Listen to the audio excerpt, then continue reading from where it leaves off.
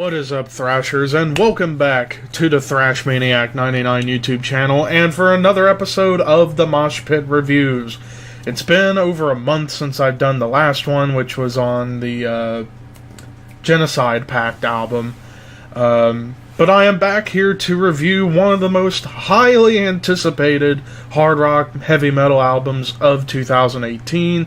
It is Judas Priest, Firepower. It was released today on Sony Music, and to give you a quick history lesson for those who have been living under a rock for almost 50 years, Judas Priest is a heavy metal band that formed back in 1969, and their debut album was released in 1974 called Rockarola, which was more of a hard rock proto-metal album as opposed to a straightforward heavy metal album. They didn't really go full-on metal until their second album, Sad Wings of Destiny, in 1976, where you get classics such as Victim of Changes, The Ripper, Tyrant, and Island of Domination.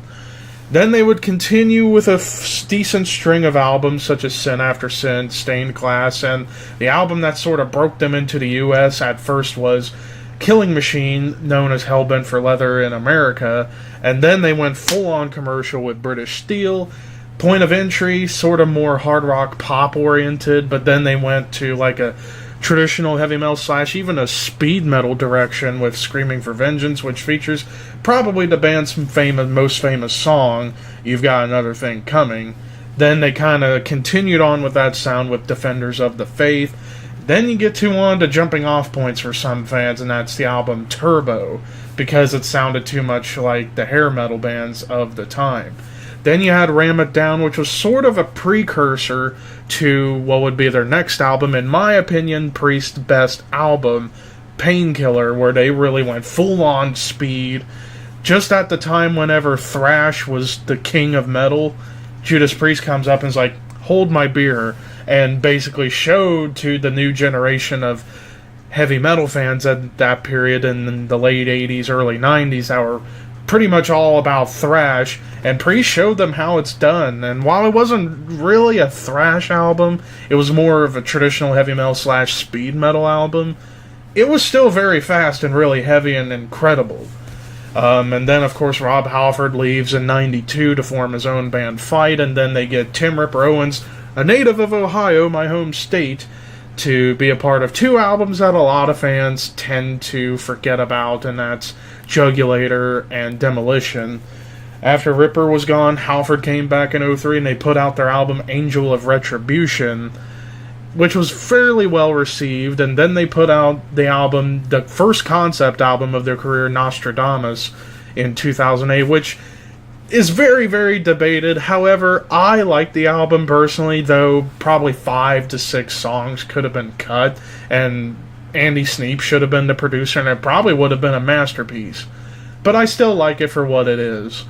But then it took them 6 years to put out another album, and that was Redeemer of Souls without original guitarist K.K. Downing.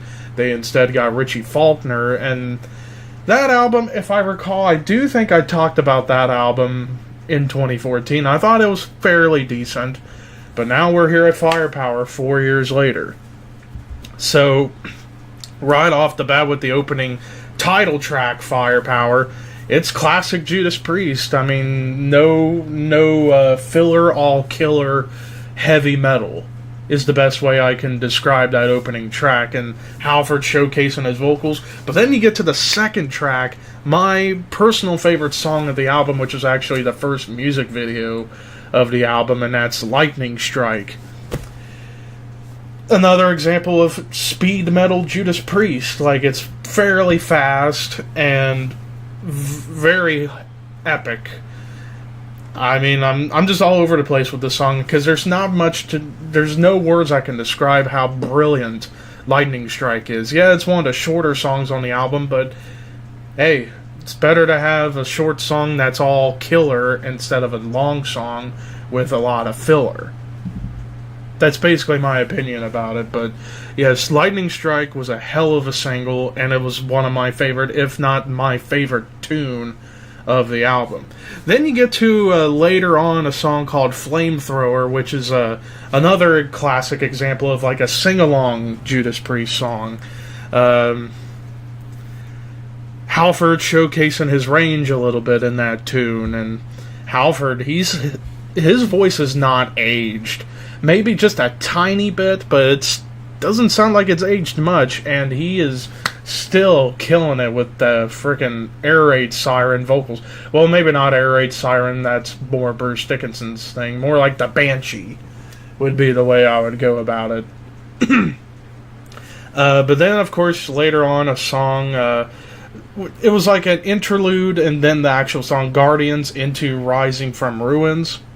That's probably my second favorite song on the album, because it has such a great melody to it. There's a ton of catchiness in it, and as well, like I said, there's a ton of great melody in the guitar work and the vocals. And also the thing that helps it is the lyrics. Like, the lyrics are very, very meaningful, especially to today's day and age where society's just been crumbling, and how we need to rise above that and help create a better world.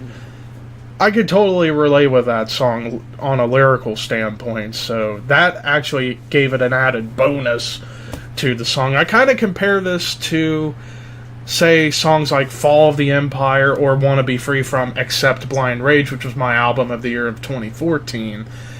And just as a side note, two great producers were on the production helm for this album. Tom Allom, who had produced Priest albums from back in the day, and perhaps the best metal producer of today's day, and that's Andy Sneap. And you can tell there's an Andy Sneap influence in the production, which helped the album immensely.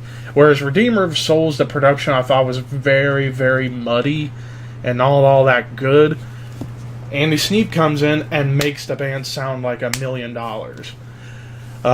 Anyways, and then another tune, Lone Wolf, was kind of more like a Pantera type of song with the riffs and the beat, the drum beat and the rhythm section. But hey, I like Pantera, so I got no complaints about that. But then you get to the finale track, which, if you don't count Guardians into Rising from Ruins being a combined song, then perhaps the longest standalone tune was the closing track, Sea of Red, which was almost like an epic ballad type of song, which was a cool way to end the album to showcase their diversity in terms of their songwriting. And if people don't like diversity in songwriting, something's wrong with you people. So bottom line, this album is unreal. Like, this is hands down their best work since Painkiller. If I were to give this album a score, 90 out of 100. There is not much of anything on this album that I can find to be complaint-worthy. Perhaps the only part I can really say is like the middle of the album. While it was still solid material, those were songs I don't care for as much as the middle portion of the album. But they were still solid tunes. That's probably the only complaint I'd have, and it's a very minor complaint at best. Buy this album. This is definitely an album for you to purchase. If you're a fan of old school heavy metal, this is for you. And I would recommend this for any new, not NU metal, like new metal fans that want to get into old school bands. Definitely pick this album up, and then if you enjoy it, go back to their old catalog from the early 90s back. Like I said, this is a hell of an album. But anyways, I hope you enjoyed this review. For those who are watching that listen to the album, what do you guys think of Firepower by Judas Priest? Definitely leave a comment down below. But until next time, peace out, and I will see you soon.